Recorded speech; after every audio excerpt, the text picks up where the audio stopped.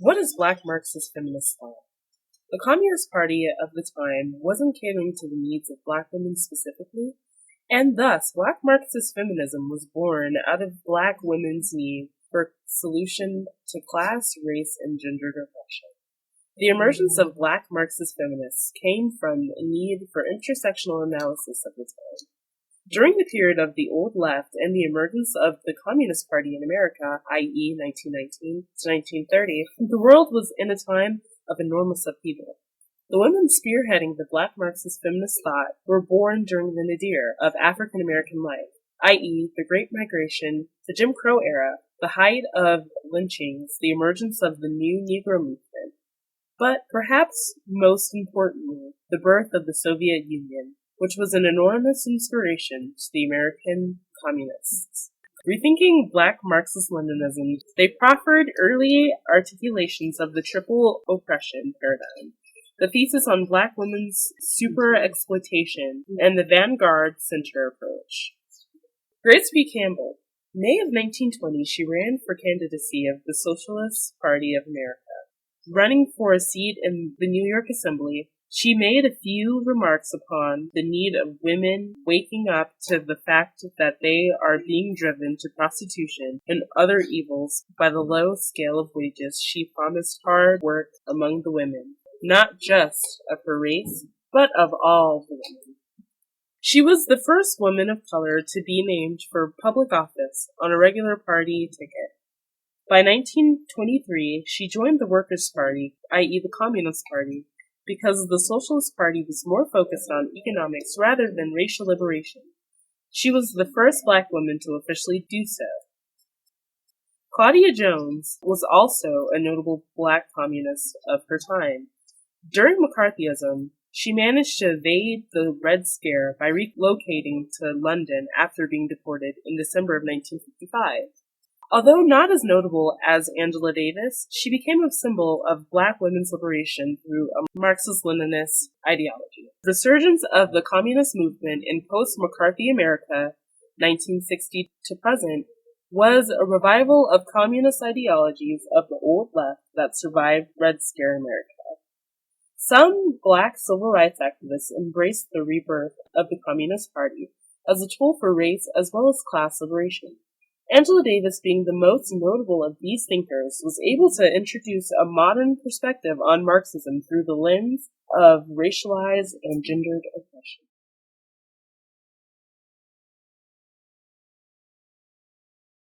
Catherine? Should I look at you? Should I look at the camera? Look at the camera. Both. What do you want me to do both. Okay, I'm Catherine. I'm Olivia Cole. We're going to be talking about Black Marxist feminist thought today. So,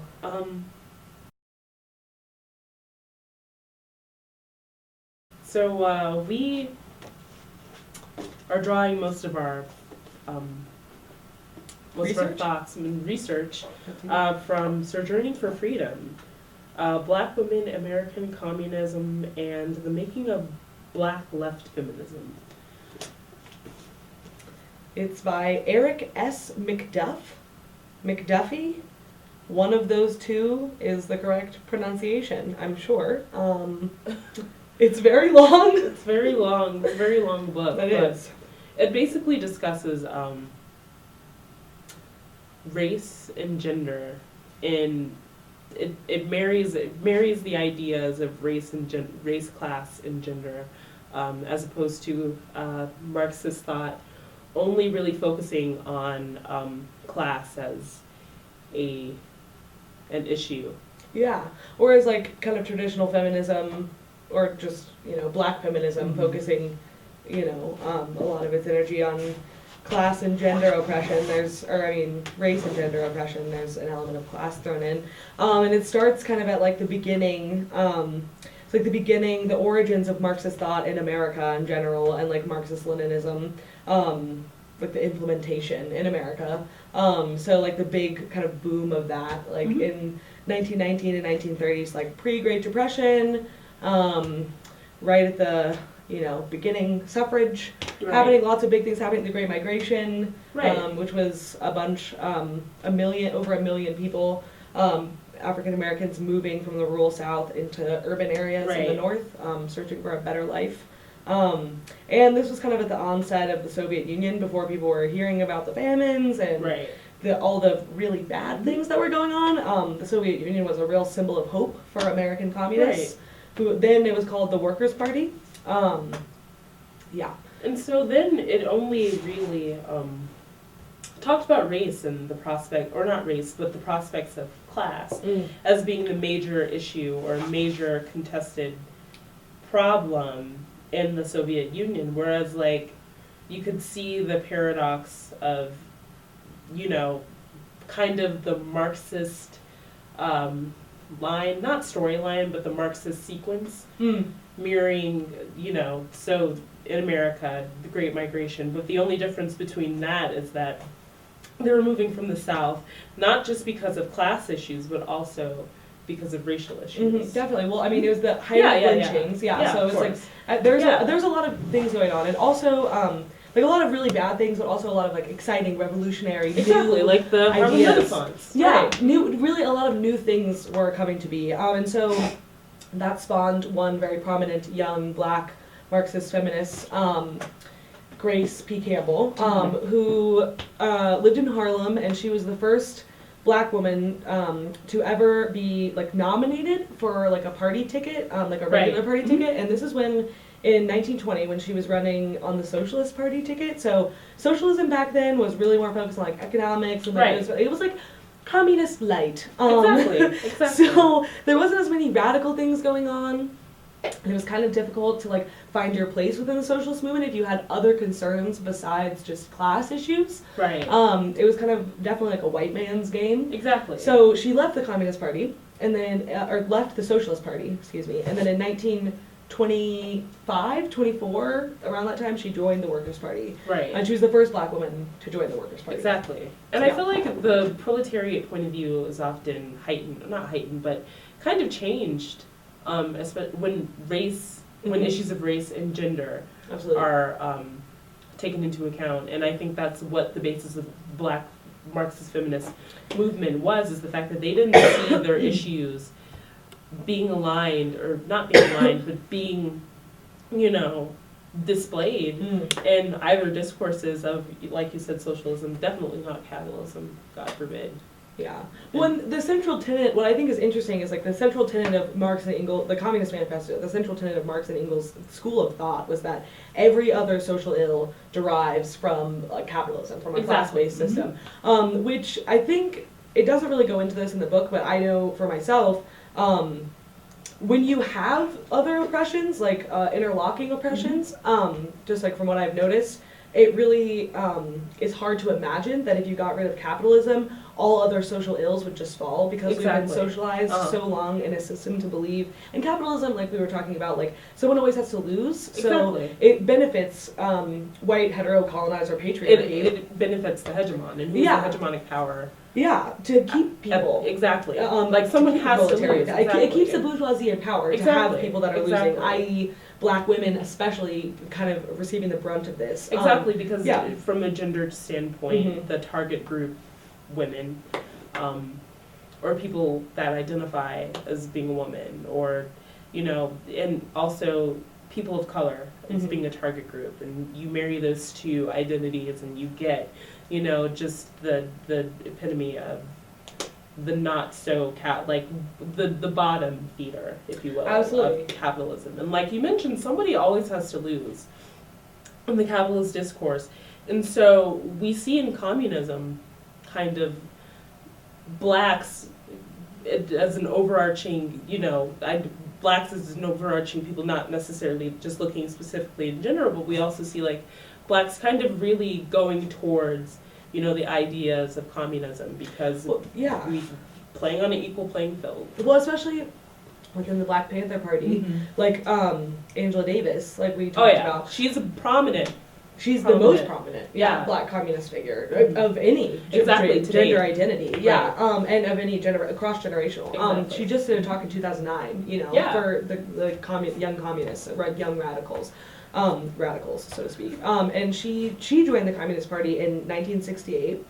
And I guess like the interesting thing about Angela Davis though is this is like post-McCarthyism, like communism. So it's like McCarthy, obviously the Red Scare, like people were afraid, white people were afraid to be communists, you know what I mean? So God forbid, black people were like, you know, being already in a subordinated category, you know what I mean, in America. It's, I mean, a lot of fear mongering in this time period, especially if you're already kind of in this lower social rung, so to speak. So it's awesome that communism survived the Red Scare and McCarthyism, and everyone kind of having this enormous upheaval of this hatred of communism, and like, and I think a big reason behind, you know, this kind of push towards the hatred for communism was that the bourgeoisie, if you will, the people in power are fearful of seeing that this revolution could take place, and, you know, they might have to be on a level playing field of black women and other people of color, you know, other people, subordinated groups. The subordinated, the bottom. Yeah, and so it's like, you know, I think that had played a big role in McCarthyism, and I think, you know, it's amazing that this momentum still survived McCarthyism and survived the Red Scare, even though people like Claudia Jones were deported for their communist views. And it's like, so it's interesting that Angela Davis is kind of like a post-McCarthyism communist, you know, because that really changed it really switched the ideas of communism to, like, I think, like, even a more quote-unquote radicalized version of, like, this is a revolution, like, we could really do this, you know? But then, like, what kind of stops the revolution, and you see this in the Red Scare, I mean, who are the people pulling the strings? You know, the not necessarily the watchdogs, but the lapdogs of the bourgeoisie. Who did you see, you know, going after these people and interviewing these people? Who was McCarthy? He wasn't a prominent leader, really. He was just some white guy. It's always some white guy, though. Exactly. You know? It's usually some poor white man or some. And I'm bringing this up because of this idea of false consciousness. Absolutely. Which is why, you know, Gramscian thought basically says that, you know, the reason why this idea of communism isn't necessarily working and it doesn't look sustainable for us today is because of this false consciousness of the proletariat and this idea of, like, mobility and ascension to be, or this aspiration to be like the bourgeoisie by the proletariat. So you have this, but it's like, it's not happening. Well, like, you make a great point, I think, because of the political climate in the United States right now, particularly the presidential race. Yeah, it's like the majority of voters for Trump exactly are poor, you know, uneducated white folks, evangelical white folks, that they don't realize, like, pardon my French, but for lack of a better term, they're fucking themselves, really. You know what I mean? Because they're part of this false consciousness that, you know, because they have this privilege, this racial privilege, and possibly even, like, gendered privilege, they feel like this is their people, they're a part of this, when really they're part of the proletariat, they're part of the working class. And this goes back to Bacon's Rebellion, which was in the 1600s, that, like, multiracial uprisings were quelled immediately because you have to have an enemy, you know what I mean? So, like, because an adversary. Yeah, and white supremacy is what America has been founded on, it's what capitalism in America has thrived on, you know what I mean? And also patriarchy, but white supremacy, patriarchy encompass kind of this whole ideology. So keeping people of color down is incredibly important for capitalist ideologies. But also keeping poor white people in the school of thought of people of color are not to be trusted, you know, because they're the henchmen. They're the ones who they're the 99, a part of the 99% that are doing the work of keeping, you know, keeping people in their place. Absolutely. They're kind of like the antibiotic to this disease that is the proletariat, and kind of keeping it in place and keeping them subordinated. And you could see the same thing in slavery. Who are the people who are going after the slaves? Poor whites. Absolutely. You know, poor white henchmen. Absolutely. Well, and I mean, it comes back to an idea too of even talk about immigration, you know, particularly Mexican immigration into the United States and undocumented workers.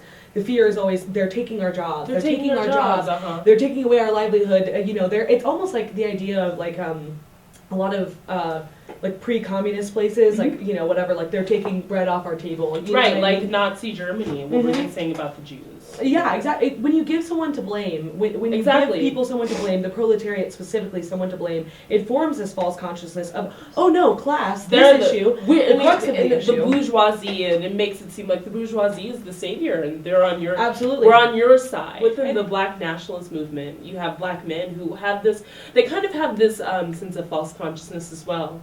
You know, they're using. Yes. They're working towards fighting. Not fighting, but they are using they have this Leninist ideology, but they're still using prospects of capitalism. They're kind of like China. So let's kind of use China metaphorically as like the Black men in the Black nationalist movement and in the Black Marxist movement. China is a communist country. I think that they are a Leninist country, but there's never been true communist. Marxist Engels. Oh yeah, never been definitely, true definitely. especially not without our dirty little hands. Exactly, America's dirty little hands. Exactly, saying communism is bad. Exactly, yeah. right. Yes. So you have like communist China, kind of dibbling and dabbling in pieces of capitalism and capitalist thought, and this idea of like being this hegemonic power, neoliberalism, for example. You know, prospects of neoliberalism and aspects of neoliberalism such as free trade, which basically kind of leads to no barriers, which, I mean, it's a contested issue. But I say this to say, using China as a metaphor, we have Black men using gendered roles of like the womb theory and things of that, keeping women in their place.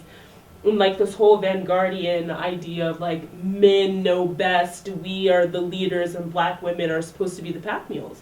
And so you have Angela Davis and you know, radical feminists, Black feminists, like too. Yeah, like Angela Davis and Grace P. Campbell coming in and being like, no, we're not about that. So here's what it is. It's a threat. Exactly, because I mean, you kind of have like this subordination going on in subordinated groups. Well, and what's interesting about that is, we've talked about this too, is that's the recreation, I think, I mean, from what I've read, you know, because I'm not a part of the Black community, but from what I like can gather, I guess, and you have this within the Communist Party too, among whites, you know, is that like recreation of white hetero colonizer patriarchy, like all of these things kind of rolled into a bundle.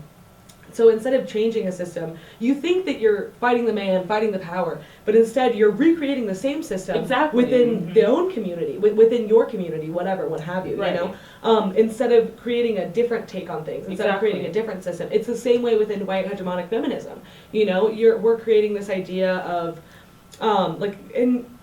faction hegemony. Yes, exactly. It's like instead of equality, you know, it's founded upon this principle of equality and sameness and whatever. But really, it's still founded in white supremacy. You know what I mean? Essentially, and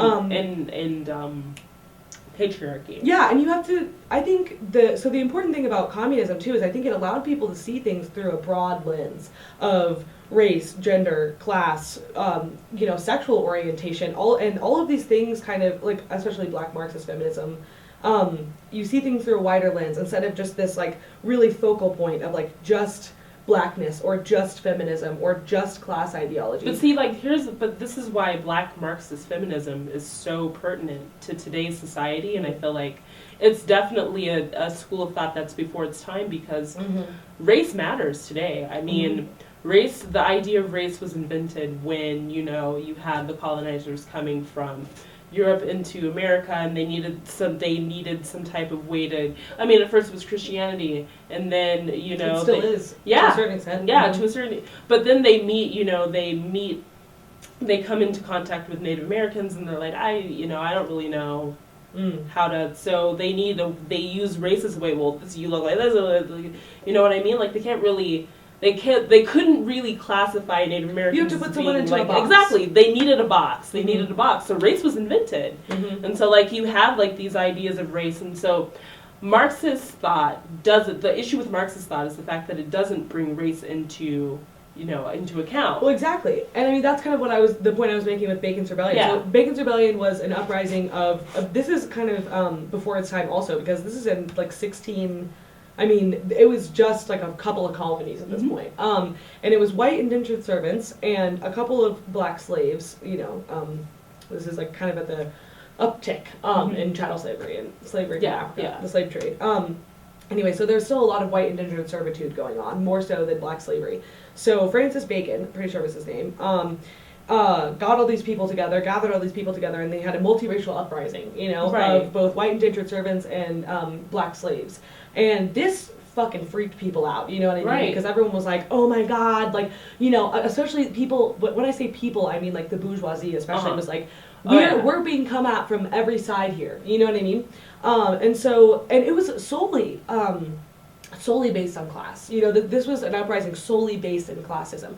So although their ideologies weren't Marxist, obviously, it's pertinent and it pertains to what we're talking about now, I guess, because this was the idea that like we could move past, and this was Marxist idea, we could move past these racial lines, and it's such a beautiful ideology. It's never, in practice, I don't know if it would work this way, because it's never really, because now we have, and exactly, the reason why is because our society today is so complex. We have like these newfound identities such as race. So these new social constructs. Exactly. Well, this is at the beginnings of the biological constructs of race, of when people really were drawing that hard line in the sand of you cannot associate with A, B, and C if you're white, or especially if you're a man with A, B, and C, because we all have to stick together. This kind of pack herd mentality of we're going to win it all, And so that's why I think communism and Marx's ideas, I think, have been kind of convoluted, by these other socialization factors that we have. And Marx's ideas were kind of convoluted from the beginning because obviously the implementation of capitalism is not what started especially patriarchy. Patriarchal feudalism was pre-capitalism. The name kind of gives it away that there was patriarchy pre-capitalism. And there was certainly race discrimination pre-capitalism. However, the problem with capitalism, and I think this is what Marx and Engels were trying to get at, the problem with capitalism is that it denies any form of systematic discrimination. Exactly. Capitalism focuses on individual discrimination, and that's the only type of discrimination, because fundamentally, discrimination does not benefit capitalism, because you're not pulling from the widest audience that you could. However, that's not the case, because we have these overarching systems of power that do benefit from systematic discrimination. Right. So capitalism's views on discrimination are absolutely skewed, but in reality, so are Marxist views. So black feminists were looking at it from a better lens, of taking all all things and incorporating it and trying to make this modern means of thought, And I always tell, whenever I'm talking to other people about Marxism, because I don't necessarily believe, I'm just going to preface, I don't believe that Marxism was created as a way to remedy what's happening. It was a prediction. He was predicting, we said, he was way before his time. The idea of Marxism was way before its time. Feudalism, the Meiji era, happened way, in Japan, happened way before. And we could see that, in feudal, just read a book about the Meiji era in feudal Japan. It's pretty interesting. But like you said, we have, these markers of race, or, these ideologies of patriarchy, and other identity-based or sociological-based issues way before Marxism was even born. Or capitalism. These ideas of capitalism, Marxism, or feudalism even, if you will, were born. So it's way before its time. And I lost my train of thought. I don't know where I was going with that. Period brain. Well, Marxism was way before its time. And black Marxist feminism was also way before its time. Because the old left... I know where I was going with it. Okay, go ahead. Sorry, I'm so sorry. Okay, so I'm always talking to people and they're like, well, like we were saying before, race doesn't matter. Race doesn't matter. It doesn't matter. Capitalism, it's all about class. It's all about class. Communism versus capitalism, Marxist thought. It's all about class, but no, in today's society, class, race, and gender go hand in hand. They do. Along with so many other, forms of privilege, like language privilege. And we see that definitely in the old left, the global too. South. Yeah, and we see that with the old left, the period of 1919 to 1930. It's like club women, like black club women, like Irene in passing. Right. This race woman. Black Marxist feminism stood in direct opposition to that because clubs had become increasingly elitist, you know? Right. This idea of like the vanguard oligarchy. Yeah, thing. and we see all these interesting things happening because a lot of the people, like have you ever read The Jungle by Upton Sinclair? A lot of people that were a part of this really exciting first rush of communism were Eastern European immigrants. And Eastern European immigrants, Irish people, and what's the other, Jewish people, like not necessarily part of communism, but these are a lot of people working as a part of the proletariat in factories in disgusting working conditions. I mean, not provided with housing, certainly not affordable housing or clean housing. They don't have the language privilege. They don't speak the language often, especially when they first come here, and they weren't considered white at the time. Italian Americans, you know, Eastern Europeans specifically, there's a huge hatred towards that. But you see the language privilege there, you know, and the language barrier. But these are a lot of the people that were like spearheading the communist movement too, the white communist movement, you know, like people that were kept down because of cultural mores, kind of, you know what I mean? And obviously it's different, you know what I mean? The viewpoints differ. But it's still kind of this idea of like, cultural discrimination. You know, we're the real Americans, quote unquote. That idea, and it's kind of similar. I mean, obviously that's like colonization, kind of, but it's kind of similar to like what we see today with like we're the real Americans. Like the idea of this like real American. Why I'm African American instead of just being an American. Yeah, exactly. It's this idea of this white family, you know, white nuclear family of a woman and a man with children, and they're Christian, and they heart capitalism, they have a bumper sticker that says it, and they've risen to the top through this capitalist system. But not everybody can climb that ladder. Exactly. You know? Not everyone can do that. Exactly. So it's, and in communism, it's kind of the similar idea that if we got rid of capitalism today, you know what I mean? We're all so affected by socialization. Race and gender would still be an issue. You know, the patriarchy would still be implemented.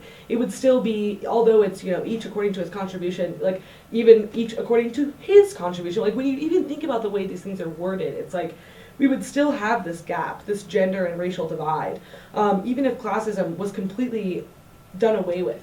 Although capitalism is a tool to oppress people, because we've been subjected to so much socialization, there would still be this tendency to suppress, to subordinate, you know? Exactly, because that's a part of exactly, and also that's a part of the game of capitalism. You're supposed to beat out the little guy, you know, and by any means necessary. And the thing about, you know, introducing race and gender into the mix is the fact that it does create, you know, a glass ceiling, if you will, because these aren't salient identities. No. You can see, you know, I mean, you can see that someone's white, you can see that someone's black, unless if you have the luxury of passing. Exactly. Well, and it comes to an idea of like political intersectionality, of like the idea that like identities are more salient in some situations and more invisible in others, and that there's no room for you. So that's why this book was so interesting to read, because like black women, especially in the old left, but I mean in Angela Davis's time, it's a great example that there was no space for you within the black nationalist movement, within the Black Panther Party, and there's no space for you within white feminist thought. The suffragettes, I mean that movie we watched, you know, there's no space for you here, and there's no space for you here with your race or with your women. Exactly. There's no space for you. So it led to this need for black women to make their own spaces. To create their own. Exactly. And they did, and amazing spaces at that, where the ideas were so new, and because they came from this perspective, it was such a it was radical to other people, but like it's very applicable now, you know? It is very applicable. I mean, we need to, as a feminist, I think we need to make space. That's the whole point of feminism, is we need to make space. Women's liberation, to me, should imply all women, you know, all people that identify as women, all people, it needs to encompass more. We need to be making space. We can't be pushing out anymore, you know? And white women need to step aside and make space, you know? And make space for other women. But it goes back to like being ready to unhand your privilege, you know? And a lot of people just aren't ready to do that. They're not ready to unhand their privilege because it's just worked for them for so many years. You know? It causes fear. It does cause subconscious fear. It does. And it's not even really about unhanding your privilege, I think. It's about acknowledging the fact that you are privileged and using your place of privilege to kind of shed light on the greater issue at large, you know what I mean? Like, tomorrow I can't give up my ability, well, I could, unhand my ability to walk or speak English. Like, I mean, you know, but I can shed light on the fact that, yeah, you know, people that don't speak English have a harder time, or like the accent, this idea of the accent, you know what I mean? Being a marker of poverty. Tomorrow I can't give, you know, like I don't have an accent, so I guess like for someone that could be a luxury, you know what I mean? But I can't give that up. But like I can shed light on the fact that there are these prejudices and these discriminatory actions and things like that. But back to Black Marxist feminism.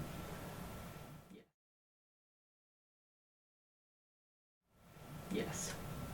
So would you say that communism can happen today? Is it a sustainable... Because, like, we have these ideas of race now. And we've already mentioned that race and gender are not salient identities. Because you can't... They're not invisible identities. They're not invisible identities. Yeah, okay, gotcha. Exactly. You can't... I can't pretend like you aren't white. You can't pretend like I'm not black. So there's always going to be that like predisposed discriminate. Like exactly, you're already going to have your mind made up, and that's why Black women and women of color, in general, you know, make less, are least likely to get jobs upon being seen. You know what I mean? Women already have it hard. So imagine if you were a Black woman or a woman of color. You know. Have it hard, you know what I mean? So like before maybe it probably would have been sustainable. Like let's pretend like race and gender were not a thing. Before maybe communism could have, because we could all, you know, we're all human beings and we could all play in this equal playing field. But today, would that stand? Do you think like could be a thing? Correct me if I'm wrong. I'm going to tie it back kind of also to like what's happening in today's society. So like Bernie Sanders is a candidate. He's a self-described socialist. His ideas do not align with socialism to me, but he's a social he's trying, you know, but I think in ideology, to me, a global world, but I mean, let's just focus on America, I guess, a country where we're all comrades, we all hang out. We're all best friends. Yeah, we're all, you know, sickle and hammer chilling, you know what I mean? Like, we're all chilling on farms, eating corn. Sounds great. Amazing. I'm down with it. Let's do it, you know? I'd be so amazed if that could happen in our country. But, however, I think an important thing to mention, besides just, like, race and gender, is like the technological advances that we've made and the positions, the literal job positions that we need to fill within our capitalist society to sustain the way of life that we have, which, by the way, is unsustainable environmentally. It's so unsustainable. Unsustainable environmentally, unsustainable socially, economically. It's not sustainable. Look at China; it's getting ready to fall. Yeah, and so I think that it's possible. And what I will qualify that statement with is, a little caveat that, like, to me, it's possible in ideology because our country's ready. We're bursting at this point where I feel like, you know, it's almost like before the French Revolution, like let them eat cake kind of stuff, where we're literally ready to have this revolution. We have this generation of young people that all want to be revolutionaries. We all want to be a part of something, you know, and like, I think the reason why we're all yearning for that is because we know that our children are going to have to deal with the repercussions of our actions. So I think that it's totally possible to have this great revolution like Marx and Engels predicted. I don't think the follow-through is possible for a society that has been capitalist for so long, has been socialized to believe, has raised children to believe this is the way things are, this is safe, this is comfortable, this is how we're going to keep it. I think we'd have to get to a point of pain and desperation and degradation as a country. Resource wars. Yes, for this great revolution to happen and for us to wake up to this false consciousness, for the bourgeoisie to wake up to their ideas of like what good they're doing. Oh, but the bourgeoisie know what they're doing. The bourgeoisie know, but at the same time, the bourgeoisie has pawns. So that's what I'm saying. It's like they're part of the bourgeoisie, but they're pawns. And like the bourgeoisie, the majority of them, like Donald Trump knows what he's doing. You know what I mean? He knows exactly what he's doing. Or is there somebody over Donald Trump? Exactly. That's what I'm saying. Pawn? Is he a pawn? That's what I'm saying. So we have to. I think it's thinking in layers. It's always going to be these. And it's a very complicated issue. Exactly. And I think, so you think it's going to be cyclical? Like we're going to go from communism to feudalism because of human nature. Because of human nature. I feel like humans, we're naturally born to like want to dominate. Predisposed to greed. I agree with that somewhat. However, I'd say that I think that if we had the idealism, if we had a generation of idealist thinkers, if we had this generation of people that saw Marx's vision, that saw Engels' vision, but we added a modern flavor of we need to focus on race, we need to focus on gender, we need to focus on sexual identity, we need to focus on reproductive rights, we need to focus on all of these things and encompass it with Marxist views, you know. And I think if we had that revolution of comrades, you know what I mean, if you and I were comrades and we like literally joined in arms, I think it could absolutely work, you know. But again, we'd have to get as a country to a point of pain and degradation, and to a place where we didn't have drones and all this other stuff, so that the people really could genuinely rise up in possibly like a violent overthrow of the government. Where see, like, but if you look at places like Soviet Russia, if you look at places like, because I mean, Stalin, he had the good idea, right? Oh, but this has been a totalitarian dictatorship. But then Fidel Castro too. But you have to understand that that's not pure Marxism. I know, but they started out. They're not like, comrades. This isn't pure Marxism, man. This isn't. Dude, I love Marxism. Like, I will never hate on these ideas. But like, remember when I am a communist, you know. So maybe my views are a little skewed. You know what I mean? No, I understand. I feel like communism is a beautiful thought on paper. I guess I'm a cynic when it comes to humans being inherently just because like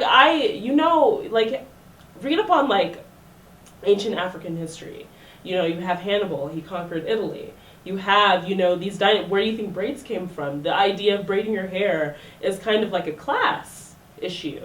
Not class issue, but it's caste system and class. I mean, the more extravagant your braids are, it's a marker. You have these identity markers, and humans are always going to be going to have this need to discriminate in some way. Well, it goes back to that discussion we had in class, though, where another woman in our class brought up how is it human nature or is it as a result of centuries of socialization? We can't go back to square one, no socialization. Like, this is her words, not mine. So how do we know if it's, and I agreed with her, I thought this was a great point to bring up, like, how do we know if it's human nature, or how do we know if we've created this system and we're just continually recreating? So that's why I think that if we got to this point of pain, of degradation, of complete like social collapse in our country, if we got to a point of a violent upheaval, of the proletariat standing up and, you know, ridding ourselves of this false consciousness, realizing we're not going to take it anymore, you know, and rising up and as a proletariat working on these issues, systematic oppression, if we worked on all these things, you know what I mean, and we changed our consciousness, and it would take generations, but over generations, if we recreated, if we made a different system, and if we rose up and we said, literally, like, we are all comrades, like, this is what we're doing, we're working in unison, like, I don't think we could have Marx's utopia. I don't think that that's possible with human beings, because someone has to lose anyway.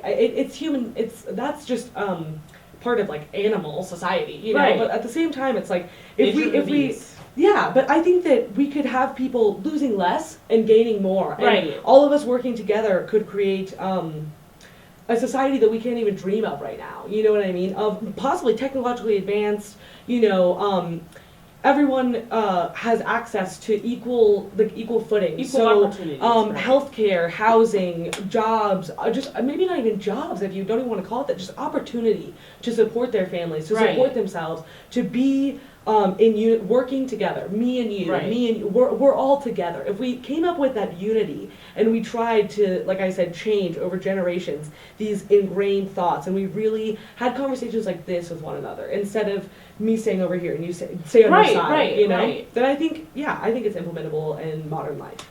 So, Well, there we have it, folks. All right, thanks.